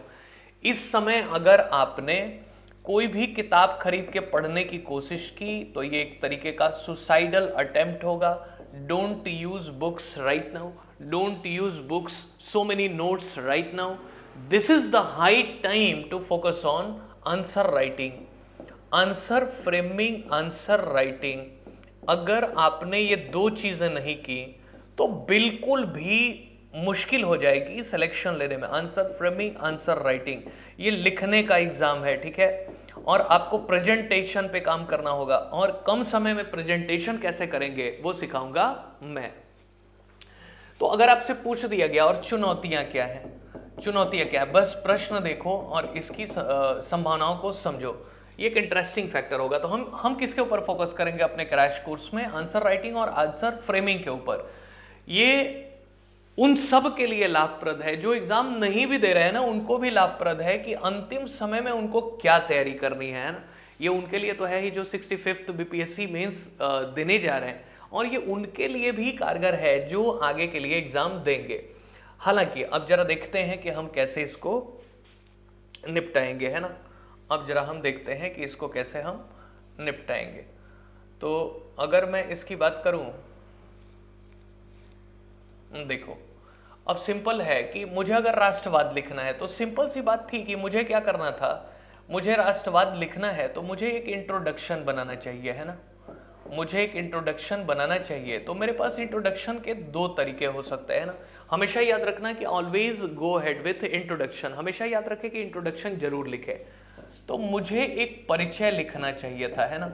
अब मुझे पता ही नहीं है और ना मुझे किसी ने बताया है कि परिचय लिखें कैसे, कैसे किस तरीके की परिचय की बातें हो पाए, तो मैं इसमें कंफ्यूज होऊंगा, है ना, मैं इसमें कंफ्यूज होऊंगा। तो मुझे परिचय लिखते समय क्या करना है, पहले तो वर्ड लिमिट सेट करना है कि किसी भी हालत में 50 वर्ड से अधिक ना हो। क्यों भाई, ऐसा नहीं कि आप अधिक नहीं लिख सकते, लेकिन दूसरे सवाल छूट जाएंगे, है ना। तो टाइम मैनेजमेंट ये बहुत बड़ा इश्यू है। हम जब आंसर राइटिंग करते हैं तो time management is biggest turning point in your answer framing and answer writing. तो जब धीरे धीरे आंसर राइटिंग आपको समझ में आने लगेगी तो अपने आप आपकी क्वालिटी बढ़ जाएगी, लेकिन आपको बताने वाला व्यक्ति चाहिए। अब जैसे मान लो कि मैं नेशनलिज्म की अगर बात करूं तो सीधे सीधे आप लिख सकते हो कि what is nationalism, what is nationalism, राष्ट्रवाद क्या है, व्हाट इज नेशनलिज्म, यहीं से शुरू कर सकते हो कि राष्ट्रवाद क्या है। पहला तो ये कर सकते हो कि राष्ट्रवाद क्या है।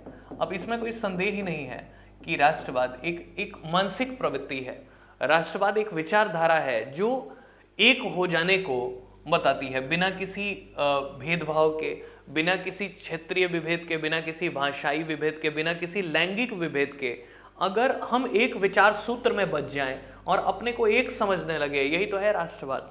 सिंपल, अगर मान लो आप लिखना चाहते हो तो without nationalism is an ideology and originated from notion. ये नेशनलिज्म कहाँ से निकला है, नेशन से। नेशनलिज्म कहाँ से निकला है, नेशन से। और नेशन कहाँ से निकला है, नोशन से। और नोशन का मतलब क्या है, विचारधारा। किस तरीके की विचारधारा, एक हो जाने की विचारधारा, वही है नेशनलिज्म। एक तो ये तरीका हो सकता है और आपके सामने ये तरीका हो सकता है। ये सारी फ्रेम मैं आपको दूंगा जब हम इसको पढ़ेंगे, हम जब अपने कोर्स में आगे बढ़ेंगे, क्रैश कोर्स में, तो ये सारी फॉर्मेट आपके पास उपलब्ध होगी। याद रखना कि एग्जाम में सोचने का मौका नहीं मिलेगा, रिमेंबर इट। अगर आप इस मुगालते में हो या जो लोग मेंस लिख चुके होंगे और उनको पता होगा, और अगर जो नहीं लिखा होगा, पहली बार लिखने जा रहा है, उसको जरूर ही पता होगा कि आपको वक्त नहीं मिलेगा, 3 घंटे में वक्त नहीं मिलेगा बैठ के सोचें। तो अगर पहले से ही सोच लिया है तो कितना अच्छा होगा, isn't it? So, अगर मैं आपसे कहूं कि राष्ट्रवाद ऐसे भी लिख सकते थे, और राष्ट्रवाद ऐसे भी लिख सकते हो कि भाई अगर हम देखें तो पहली बार हमने राष्ट्र की प्रवृत्ति कब देखी, एंटी कोलोनियल स्ट्रगल में।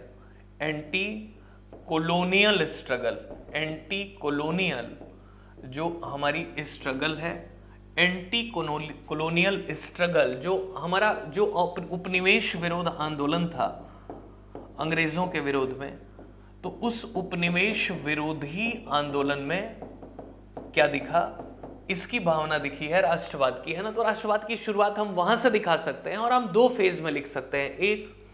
एक जो राष्ट्रवाद है वो एक तरीके से 19वीं शताब्दी में दिख रहा है, और दूसरा जो राष्ट्रवाद है वो 20वीं शताब्दी में दिख रहा है। तो हम आफ्टर इंडिपेंडेंस और बिफोर इंडिपेंडेंस करके बांट सकते हैं ना।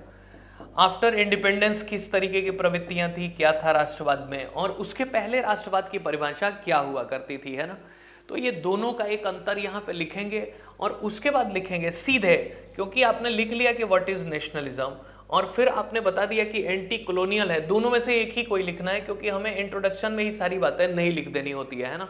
केवल एक शुरुआत होती है जिससे पता लगे एग्जामिनर को कि आप मुद्दे को समझते हो। ये टू द पॉइंट अप्रोच है ना, टू द पॉइंट अप्रोच है। Most biggest problem while you are writing answer is you are not going to write your answers according to the question, you are writing like as academics exam.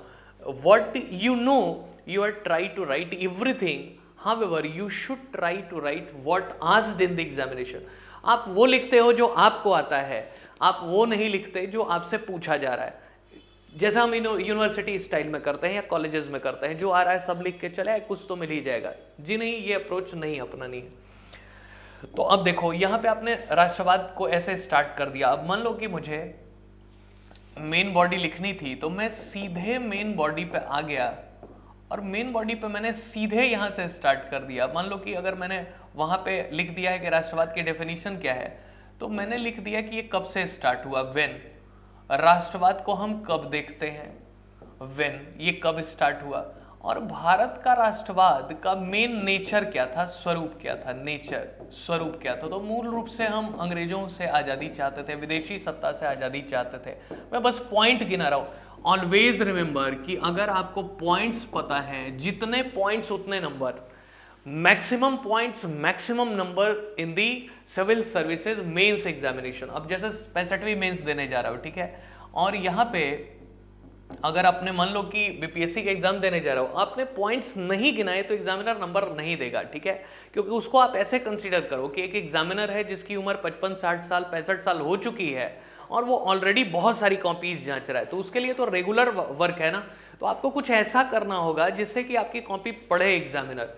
तो यहाँ पे आपने nature लिख दिया कि उसका स्वरूप क्या है। फिर आपने क्या कर दिया, यहाँ पे नेचर के बाद क्या करोगे, अब लिखोगे कि चैलेंजेस क्या है, सीधे चैलेंजेस पे आओगे, है ना, क्योंकि आप सीधे जो पूछा जा रहा है उस चुनौतियों की बात करोगे, है ना। तो आज की डेट में चुनौतियां आपको क्या दिखाई दे रही हैं, तो क्लियर से यहाँ लिखना शुरू करोगे कि जैसे रीजनलिज्म एक चुनौती है हमारे सामने, है ना, एक क्षेत्रीयता चुनौती है हमारे सामने, एक सांप्रदायिकता कम्युनलिज्म हमारे सामने चुनौती है। और सबके बारे में आपको एक एक लाइन, दो दो लाइन उदाहरण सहित लिखना होगा कि कैसे कम्युनलिज्म या सांप्रदायिकता हमारे सामने एक चुनौती है, सांप्रदायिकता एक हमारे सामने चुनौती है, कास्टिज्म हमारे सामने एक चुनौती है, कास्टिज्म या जातिवाद हमारे सामने एक चुनौती है, जातिवाद एक हमारे सामने चुनौती है। फिर देखोगे कि कास्टिज्म के अलावा और क्या चुनौती है। अगर मैं कहूं कि जेंडर डिस्क्रिमिनेशन, क्योंकि देखो राष्ट्रीयता है क्या, अगर आपको बस ये पता है ना कि राष्ट्रवाद है क्या, राष्ट्रीयता है क्या, तो लिख लोगे आंसर। क्योंकि राष्ट्रीयता है बस एक हो जाना, तो एकता में हमारे बाधक कौन कौन सा है, यही तो है, जेंडर डिस्क्रिमिनेशन से लेके gender discrimination. Actually, what is nationalism? Until and unless you are not going to understand it, you are not able to write your answer. Nationalism is simple feelings, notion to be united. And if you know it, what is nationalism, you easily understand it. These terminologies, these things are somewhere destructing our nationalism, our unity, our constitution. तो यहाँ पे लैंगिक विभेद दिखाई दे रहा है, देख रहे हो, लैंगिक विभेद दिखाई दे रहा है। लैंगिक विभेद भी कहीं ना कहीं इस तरीके की प्रवृत्तियों को उभारता है ना। तो ये एटसेट्रा करके आपको बहुत सारे पॉइंट्स यहाँ पे मिलेंगे जिसको हम अपने क्रैश कोर्स में करेंगे, ठीक है। आपको बस आंसर राइटिंग का तरीका बता रहा हूँ। अगर अब जैसा मान लो बीपीएससी में आपको लिखना है तो आप लिखोगे कि बिहार में ये सब प्रवृत्तियाँ थोड़ा ज़्यादा ही दिखाई दे रही हैं। जैसे जाति व्यवस्था, कहा जाता है कि बिहार उस पाटलिपुत्र से, अब जैसे मैं आपको एक सिंपल सा उदाहरण बता रहा हूँ कि जैसे मगध आगे क्यों निकल गया, अगर आपने इतिहास पढ़ा होगा तो अगर आप यह उदाहरण क्योट कर दोगे कि भाई Magadh became power centre during ancient India because in the territory of Magad there was no casteism. Even Mahapadmananda became first Shudra ruler, Mahapadmananda पहला शूद्र राजा हो जाता है और मगध में कोई जाति व्यवस्था नहीं है। और कहीं ना कहीं उसके आगे बढ़ने का यही कारण है। और यूरोप क्यों इतना आगे बढ़ गया, अमेरिका आगे क्यों बढ़ गया, क्योंकि जाति व्यवस्था वहां नहीं थी। हमारी जातियों को अलग अलग कैटेगराइजेशन में बांट दिया गया। ब्राह्मण केवल पढ़ेगा और पढ़ाएगा, क्षत्रिय केवल लड़ेगा और प्रशिक्षण देगा, युद्ध करेगा, रक्षा करेगा, वैश्य क्या करेगा, केवल समाज में व्यापारिक गतिविधियां करेगा, और शूद्र क्या करेगा, सबकी सेवा करेगा। तो अब चाहे अब एक बार शूद्र जन्म गए तो अब तुम ब्राह्मण नहीं बन सकते हो, है ना। एक बार जो तुम्हारी जन्म की जाति हो गई, मरोगे भी उसी में। तो क्या ये प्रवृत्ति भारत के लिए खतरनाक नहीं हुई? और यही वजह थी कि जब कभी भी विदेशी आक्रमणकारी देश के ऊपर हमला करते थे तो रीजन क्या होता था कि अगर मान लो कि कुछ ही लोग ट्रेनिंग में है, जैसे मान लो अगर क्षत्रिय ही ट्रेनिंग में है और अगर समाज का अन्य वर्ग लड़ना नहीं सीखा तो अगर वो व्यक्ति हारा तो पूरा देश हार गया, इजंट इट। तो ये बड़ा ही महत्वपूर्ण बात है कि casteism destructed entire society, our unity, our fabric, and till yet we are facing such issues, है ना। आज भी समाज में देखो हेट स्पीच हो रही है एक दूसरे के खिलाफ।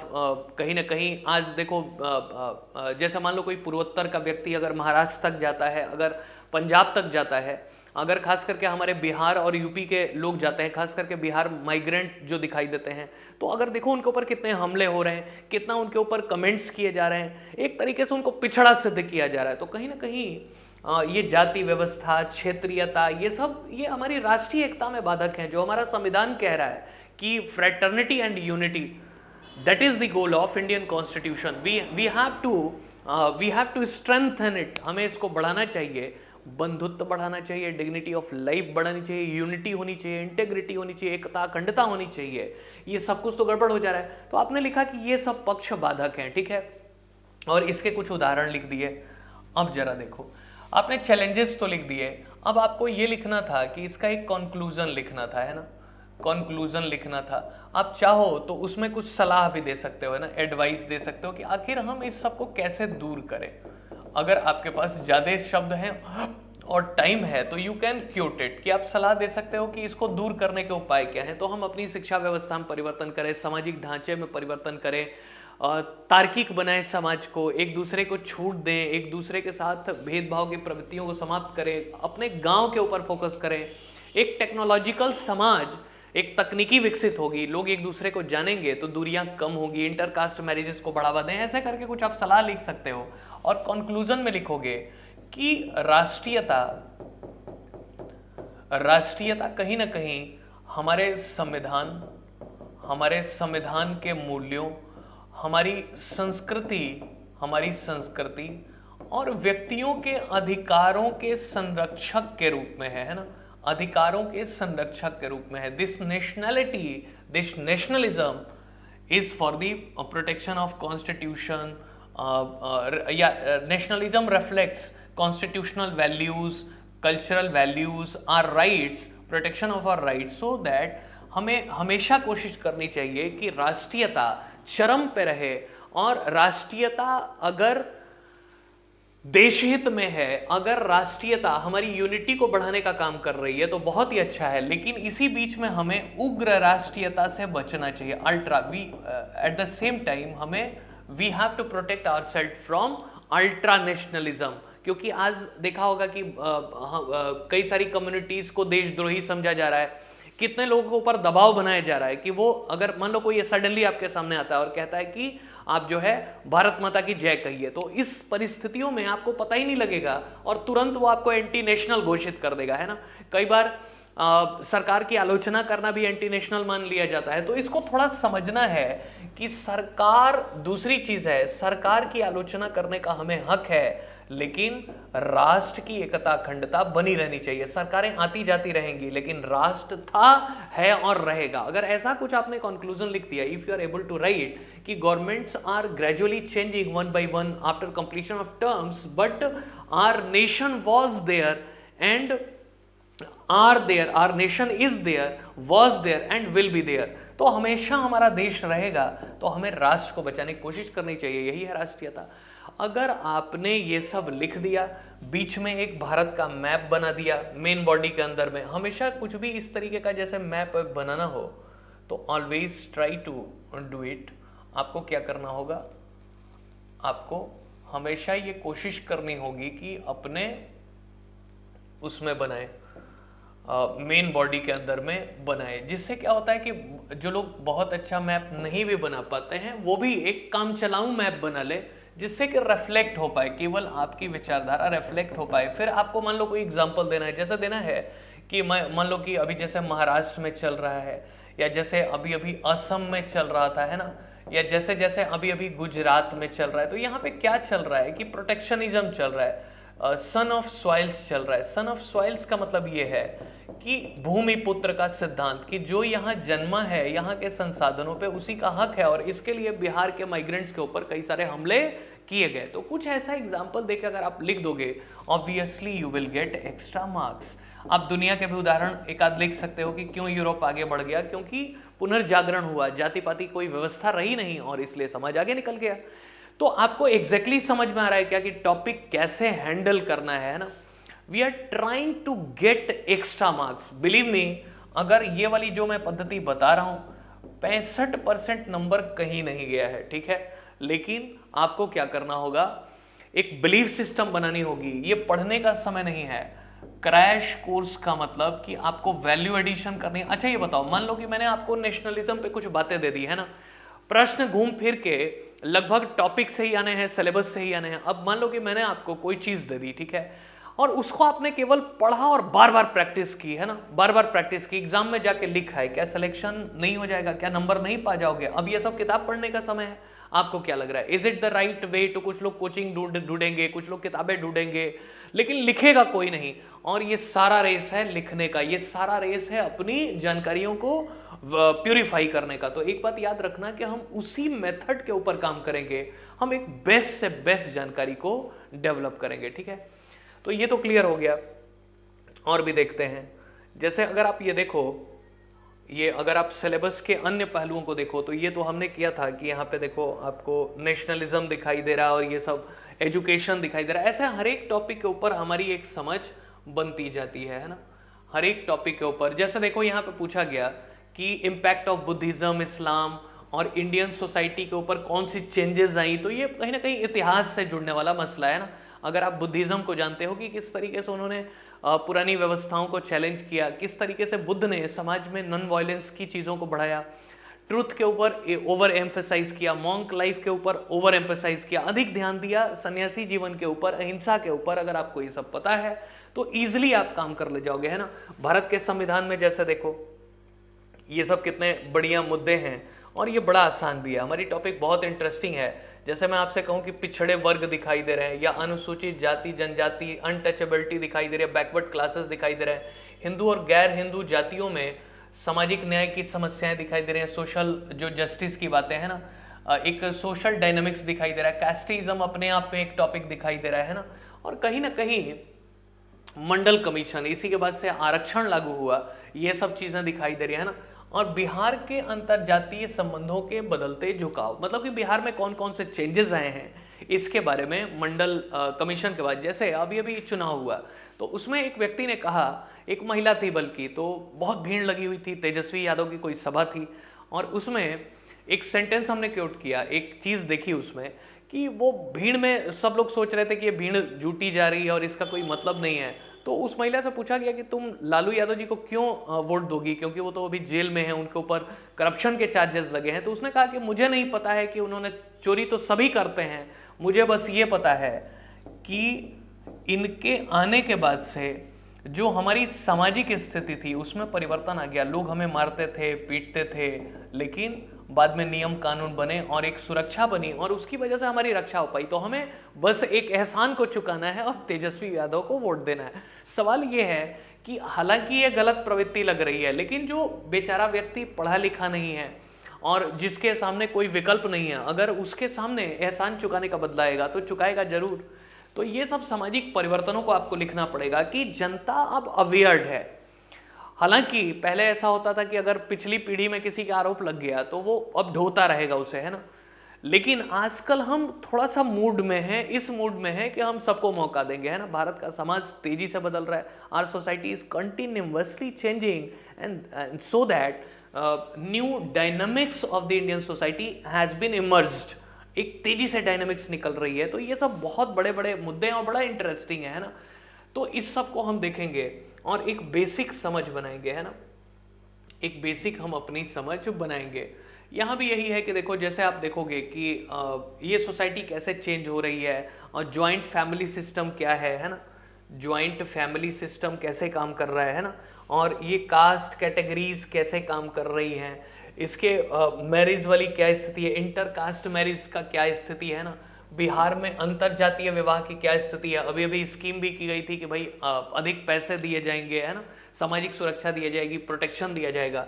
महिलाओं की क्या स्थिति है, इनके ऊपर सवाल आते ही आते हैं। सामाजिक विकास कैसे हो पा रहा है, how societal development took place, ये सारी बातें बहुत ही जरूरी है। संयुक्त परिवार प्रणाली के ऊपर इस समाज का क्या प्रभाव पड़ा है, रीजनल डिफरेंसेस कैसे क्रिएट हुए हैं, है ना। ये सारी बातें हम इसके ऊपर एक बेसिक समझ बनाएंगे। देखो, हमारा फंडा बिल्कुल क्लियर है कि पूरे जो सिलेबस है उस पर समझ 100% हो जाए हमारे क्रैश कोर्स में। इसका मतलब समझ में आ जाए, 2-4 पॉइंट समझ में आ जाए, ठीक है। और फोकस एरिया के ऊपर हमारे पास आंसर पैटर्न तैयार हो जाए, है ना। कि आंसर कैसे करेंगे, जहां से बार बार सवाल पूछे जा रहे हैं तो हम वो भी सवाल कर लेंगे जहां से बार बार सवाल पूछे जा रहे हैं, और पूरे सिलेबस के बारे में भी कर लेंगे कि कोई अनप्रेसिडेंटेड क्वेश्चन आ गया, अगर मान लो कुछ ऐसे प्रश्न आ गए जो कि हमने कभी उस पर प्रैक्टिस नहीं कर रखी है तो भी लिखाएंगे, और यही टॉप करने का लक्षण है, यही हाईएस्ट स्कोर करने का लक्षण है। ठीक है, कि आपकी एक जनरल अंडरस्टैंडिंग हो जाए ना, तो हम ये सारी बातों को देखेंगे और समझेंगे। ठीक है, ये सारी ऐसे ही पूरा सिलेबस दिखाई दे रहा है, जैसे हमारी पूरी ये देखो, जैसे ये हमारा पूरा शिक्षा व्यवस्था क्या है, अभी आधुनिक शिक्षा व्यवस्था को लाया गया है ना, किस तरीके से देखो, जैसे बिहार की हम बात करें तो महिलाओं की शिक्षा को लेकर समस्या है, पिछड़े वर्ग को शिक्षा को लेकर समस्या है, और बिहार में शैक्षणिक पिछड़ेपन का क्या कारण है। अभी अभी जब कैपिटल हिल में जब डोनाल्ड ट्रंप की खाली करने के लिए तैयार नहीं थे, तो कई लोगों ने तुलना की कि ये तो उसी स्थिति की याद दिला रहा है कि एक बार फोटोग्राफ्स छपे थे कि लोग बिल्डिंग्स पे चढ़ रहे थे बिहार में और नकल कर रहे थे, है ना। तो it was a gentle reminder of the situation of worst situation of Bihar in the terms of educational status. नहीं, हर एक एग्जाम के पेपर आउट हो जा रहे हैं, हर एक तरीके का मतलब वहाँ पे डिग्रियां ऐसे ही बढ़ जा रही हैं, तो इसमें जो मेहनत करने वाला व्यक्ति है और जो इमेज है राज्य का वो भी बिगड़ता जा रहा है। तो ये सब बहुत सारी बातें हैं जो यहाँ पे दिखेंगी, और जो नई शिक्षा नीति है वो आम जनता को कहाँ तक फायदा कर पाएगी, इस नई शिक्षा नीति में कहाँ तक कार्रवाई हो पाएगी, क्योंकि नीतियों की कमी नहीं है हमारे देश में, लेकिन सवाल ये है कि हम उसको लागू कैसे कर पाते हैं। तो ये भी एक बहुत बड़ी बात है। पूरा हमारा एजुकेशनल सिस्टम कैसे काम कर रहा है इसके ऊपर, और एजुकेशन में विमेंस की प्रॉब्लम क्या है, बैकवर्ड क्लासेस की प्रॉब्लम क्या है, ये एक बहुत बड़ा मुद्दा है। देखो, अगर संविधान में देखें तो आर्टिकल 21A के माध्यम से हमने 2002 में 86th कॉन्स्टिट्यूशनल अमेंडमेंट के थ्रू हमने क्या किया, शिक्षा के अधिकार को मौलिक अधिकार बना दिया है ना, fundamental right to education by the 86th Constitutional Amendment Act in 2002 which is known as 21A, article 21A। अब जरा ध्यान से देखो कि इसके बावजूद भी क्या वजहें हैं कि जिसकी वजह से हम महिलाओं को या बच्चियों की ड्रॉप रेट को कमजोर होते हुए देख रहे हैं, या आम जनमानस उतना सशक्त नहीं हो पा रहा है। आज भी नकल क्यों समस्या बनी हुई है, पिछड़े वर्ग आज भी पिछड़े क्यों हैं। आज जहां देखो मशरूमिंग ऑफ एजुकेशनल इंस्टीट्यूशन, जितने भी माफिया हैं, जितने भी करप्ट नेता हैं, जितने भी कॉरपोरेट्स हैं, उन्होंने मेडिकल कॉलेज खोल दी है, उन्होंने मैनेजमेंट कॉलेजेस खोल ली हैं, इंजीनियरिंग कॉलेज खोल दी हैं, और बस मशरूमिंग हो रही है। लेकिन वास्तव में क्या कहीं आपको नहीं लगता है कि पूरी शिक्षा व्यवस्था का कबाड़ा हो रहा है? तो ये सारी व्यवस्थाएं आपके सिलेबस में, कितना इंटरेस्टिंग है ये पूरा सिलेबस और कितना डायनामिक है। आप एकदम गेस कर सकते हो कि आपके प्रश्न कहां से आने वाले हैं। ठीक है, अनेक बातें दिखाई देती हैं। जैसे हम अगर शहरी समाज में देखें परिवर्तन, अर्बन कॉन्टेक्स्ट में देखें कि शहरों के समाज में क्या परिवर्तन आ रहा है ना, समाज, अच्छा शहरों का समाज देखो, इतना ज़्यादा लोनलीनेस होता है। जैसे दिल्ली देख लो, पुणे देख लो, बेंगलोर, या जो भी इस तरीके के बड़े शहरों को देख लो, आप व्यक्ति मकान नंबरों से जाना जाता है, ना कि उसकी अपनी कोई पहचान होती है ना। छोटे गांव में अगर आपने किसी से पूछ लिया या कस्बे में कि मुझे इनके घर पे जाना है, तो आपको लोग छोड़ के आएंगे। But here there is a problematic situation. यहाँ पे क्या है कि आपको कोई पूछने वाला नहीं है, कोई जानने वाला नहीं है, तो इस तरीके की स्थितियां दिखाई दे रही है। खैर, तो ये सब जो बातें, डेमोग्राफिक कंडीशन, हमारी जनसंख्या की स्थिति क्या है। जैसे देखो सोशियोलॉजी में 2011 की जनगणना के आंकड़े बहुत ही महत्वपूर्ण होंगे, क्योंकि हम उसको क्योट कर सकते हैं ना। जैसे हम लिख सकते हैं कि भाई 40% लोग 2011 की जनगणना के हिसाब से ऐसी जगहों पर रहते हैं जहां आधारिक ढांचा ही नहीं है। There is a lack of basic infrastructure, road नहीं है, बिजली नहीं है, पानी नहीं है, सड़क नहीं है। तो क्या इससे गुस्सा नहीं फूटेगा? क्या समाज में इससे तनाव नहीं फैलेगा? Yes, this is the reason of stress in the society. ये बहुत बड़ी समस्या है ना, तो यहाँ पे ये दिखाई दे रहा है। ठीक है, तो ये सारे पैरामीटर्स अगर देखोगे तो बड़ा ही ये तनावपूर्ण स्थिति दिखाई दे रही है ना। अब मॉडर्नाइजेशन दिख रहा है सोसाइटी के अंदर में, सोशल चेंज और मॉडर्नाइजेशन दिखाई दे रहा है, आधुनिकीकरण है ना, आधुनिकीकरण दिखाई दे रहा है। देखो आधुनिकीकरण आजकल क्या हो गया है, आधुनिकीकरण को भी अगर आप देखोगे तो ये कहीं ना कहीं समाज में एक खराब व्यवस्था को बता रहा है कि मतलब आधुनिकीकरण में कहीं अंधानुकरण हो गया है ना। हम एक दूसरे की देखा देखी कर रहे हैं, आजकल समाज डिप्रेस हो गया है, हर चीज पैसे को ही माना जा रहा है। तो somewhere we are facing problem isn't it? तो कहीं ना कहीं हम आधुनिकीकरण, आजकल देखो आज हम गैजेट्स के आदी हो गए हैं, we are nowadays over obsessed with gadgets, दिन भर मोबाइल लेके और हम उसमें जूझते रहते हैं। अभी एक वीडियो मैंने देखी जिसमें एक दिख रहा है कि एक बच्चा पूछ रहा है कि अपने पिताजी से कि आप कब आए, वो कह रहे हैं कि हम तो 1 हफ्ते पहले आए। वो फिर बगल में बैठी औरत से पूछ रहा है कि तुम कौन हो, वो कह रही है कि तुम भूल गए, मैं तुम्हारी वाइफ हूँ। फिर वो अपने भाई से पूछ रहा है कि अरे तुम्हारी नौकरी कब लगी, तो वो कह रहा है कि 3 महीने पहले लगी। तो फिर घर वाले गुस्सा के कहते हैं कि कभी कभी मोबाइल से भी तो बाहर निकल लिया करो। ये हमारे समाज की सच्चाई है। Somewhere what we are observing कि मॉडर्नाइजेशन के नाम पे कहीं हम तनाव के ट्रैप में तो नहीं फंसते जा रहे, हम अपनी जिंदगी को जीना तो नहीं भूल गए। दुनिया में सबसे अधिक हैप्पीनेस इंडेक्स में भारत सबसे निचला प्रदर्शन कर रहा है। अगर मैं देखूं, अगर जॉब सेटिस्फैक्शन की बात करें तो लोग हैरान परेशान हैं, कोई जॉब सेटिस्फैक्शन नहीं दिखाई दे रही है। तो ये एक प्रॉब्लमेटिक सिचुएशन समाज में दिखाई दे रही है। तो शहरीकरण में ये सब जो प्रॉब्लम दिखाई दे रहे हैं, पंचवर्षीय योजनाएं, ये इकोनॉमी की टॉपिक है और इसको भी हमें देखना है। औद्योगिकरण और शहरीकरण किस तरीके से प्रभावित हो रहा है। आज देखो जैसे शहरीकरण का दुष्परिणाम देखो कि कहीं ना कहीं समाज का कोई कोई सेंटर बहुत विकसित हो गया और कोई कोई बहुत पीछे हो गया है ना। And root cause of migration is regional imbalances like as Mumbai, Delhi and other territories which are highly developed and those remote areas are comparatively not developed. So that is a problematic condition. People are migrating from one place to other place and facing severe problem what we have seen during the lockdown. हमने lockdown में क्या देखा, लाखों लोग आ रहे हैं जा रहे हैं। वो यही तो परिणाम है ना कि भाई बिहार से इतने लोग बाहर में क्यों काम करते हैं। ऑब्वियसली क्योंकि उनको अच्छे अवसर नहीं है, अच्छी शिक्षा नहीं है, अच्छे जॉब नहीं है। तो कहीं ना कहीं ये दिक्कतें हैं, इसकी हम चर्चा करेंगे। और अगर मैं आपसे बात करूं, अगर ये पूरा सामाजिक परिवर्तन क्या हो रहा है, युवाओं की क्या समस्या है, अगर आप पूरा ये सिलेबस देखो तो ये बड़ा ही एक इंटरेस्टिंग बात है कि यूथ का असंतोष। अभी अभी आपने देखा कि जैसे डिसलाइक कैंपेन चले, अभी रोजगार दो की एक कैंपेन चलाई गई थी अभी फरवरी के अंदर में, ठीक है। तो अभी 2-4 दिन पहले ही चली थी, है ना। और कहीं ना कहीं महिलाओं की स्थिति भी बदल रही है समाज के अंदर में। तो ये सारी बातें, सामाजिक आंदोलन क्या थे, ये सारी बातें है ना, जनसंपर्क का साधन क्या है, शिक्षा क्या है, तस्करी, काला धन क्या है, ये सब समस्याएं। देखो आज के डेट में हम देखते हैं कि ब्लैक मनी इकोनॉमी के लिए बहुत बड़ी समस्या है ना। लाखों करोड़ रुपए अगर देखा जाए, हर व्यक्ति कहीं ना कहीं करप्शन करता हुआ दिख रहा है। तो करप्शन एक बड़ी समस्या, biggest challenge in front of Indian society, that is corruption. And black money is foundation of this corruption. हर कोई एक्स्ट्रा कमाना चाहता है। आजकल तो समाज में इतना ज़्यादा एक्सेप्टेंस है कि लोग ये पूछते हैं कि अपनी सैलरी मत बताओ, ऊपरी कमाई कितनी होती है ये बताओ। और जॉब की भी महत्व उतनी ही होती है। इनकम टैक्स इंस्पेक्टर का ज़्यादा महत्व है बनिस्पत एक केंद्रीय विद्यालय के टीचर के। हालांकि दोनों की सैलरी स्केल में कोई फर्क नहीं है लमसम, लेकिन उसकी ज़्यादा इज्जत है। क्यों? क्योंकि उसकी ऊपरी कमाई कई गुना है। तो ये बातें हैं। तो समाज का ये परिवर्तन जो दिखाई दे रहा, तो हम हर मुद्दे के ऊपर चर्चा करेंगे, एक जनरल समझ बनाएंगे, ठीक है। इस क्रैश कोर्स में हम एक जनरल समझ बनाएंगे, एक अंडरस्टैंडिंग बनाएंगे और इसी अंडरस्टैंडिंग के माध्यम से काम करेंगे। तो मैंने सिलेबस के साथ साथ कुछ क्वेश्चन का फॉर्मेट डिस्कस कर दिया है और ये आपकी समझ के लिए काफ़ी होगा कि हम एक दिए गए समय अंतराल में we will discuss all the important segments of the sociology with a good writing skill. हम कुछ चीज़ें तो कंपलसरी मोड में करेंगे।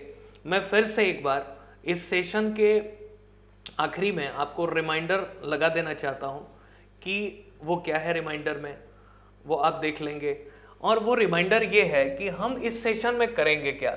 जो हमारा क्रैश कोर्स होगा वो हाईली फोकस्ड होगा, है ना, हाईली फोकस्ड होगा।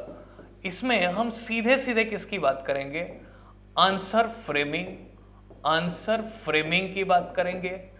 आंसर फ्रेम कैसे करें, आंसर राइटिंग कैसे करें, आंसर राइटिंग कैसे करें और एक अच्छा कंटेंट कैसे इसमें डेवलप करें। क्योंकि देखो फ्रेम बना लेने से कुछ नहीं होता जब तक कि उसमें विषय वस्तु ना हो, है ना। तो एक कंटेंट कैसे डेवलप करें और फिर इसकी प्रैक्टिस कैसी हो पाए, है ना, प्रैक्टिस कैसी हो पाए। फिर इसका इवैल्यूएशन करेंगे। तो एक टीम ऑफ एक्सपर्ट इसका इवैल्यूएशन करेगी, कुछ सिलेक्टेड लोग, कुछ कॉपी मैं, लगभग सारी कॉपियां मैं चेक करूंगा, उसको उसमें सिलेक्टेड लोग भी रहेंगे, ठीक है। तो ये सारा कुछ होगा। इसके अलावा आपको माइक्रो नोट्स तैयार करवाया जाएगा कि अंतिम समय पे टॉपिक पे आप रिवाइज कर पाए, है ना। जो मेन आपके सिलेबस के बिंदु हैं उसको माइक्रो नोट्स एक ओवरऑल समझ बन पाए, और जो फोकस एरियाज हैं उन पे हाईली फोकस कर पाए, है ना। और एक स्पीड टेस्ट किया जाएगा कि आप दिए गए समय में, एक होता है ना कि टाइम मैनेजमेंट कैसे किया जाए एग्जाम के दौरान में, टाइम मैनेजमेंट कैसे हो पाए, स्पीड मैनेजमेंट कैसे हो पाए, इन सब का प्रबंधन कैसे हो पाए, ये इंश्योर करेंगे हम इस क्रैश कोर्स में। और इसके अलावा मीडियम हम बाइलिंगुअल रखेंगे। We will try to do this medium bilingual, क्योंकि बाइलिंगुअल में फायदा होता है, कुछ चीज़ें इंग्लिश में कर लिया, कुछ चीज़ें हिंदी में कर लिया, तो that will be beneficial for all the aspirants. तो बाइलिंगुअल रहेगा, द्विभाषिक रहेगा, और ये बड़ा ही फायदा करेगा, है ना। और हम इसमें जब प्रैक्टिस सेशन करेंगे तो अब मैं इसमें तुलना करके आपको बताऊंगा कि देखो, आप देखोगे कि यूपीएससी के या यूपी पीसीएस के और बीपीएससी के, अगर आप ऑप्शनल का पेपर देखोगे या जीएस भी उठा के देखो तो लमसम एक है, लेकिन ऑप्शनल देखोगे तो लगभग वही सवाल है। ऑप्शनल में भी सिमिलैरिटीज है, तो हम वहां से भी सवाल उठा के प्रैक्टिस कर लेंगे, तो that will be very beneficial. यहां पे तैयारी करोगे और ये हर जगह फायदा करेगा, ठीक है। तो हम एक ओवरऑल विकसित करेंगे कंटेंट, और इसमें प्रॉपर तरीके से कैसे वैल्यू एडिशन कैसे करें कि मूल्य संवर्धन की, हमें एक नंबर की लड़ाई लड़नी है ना। एवरेज नंबर तो हर कोई पा जाता है, लेकिन अगर 65-70% नंबर पाना है तो आपको एक वैल्यू एडिशन करनी होगी। तो we will learn in this crash course value addition. तो आप सबका स्वागत है, मेरे से जुड़िए, और अधिक जानकारी के लिए, जैसा मैंने कहा कि आप अगर कंटेंट देखोगे तो आपको यहाँ पे देखोगे कि आनंद प्रकाश के नाम से आप देखोगे मेरी पढ़ाने की शैली, तो चाहे मैं जीएस पढ़ाऊं चाहे जो भी पढ़ाऊं, तो उसमें आपको पता लगेगा किस डेप्थ लेवल की हम एनालिसिस करते हैं, ठीक है। तो इसी के साथ हम मिलेंगे अपनी अगली क्लास में। टिल देन, नमस्कार।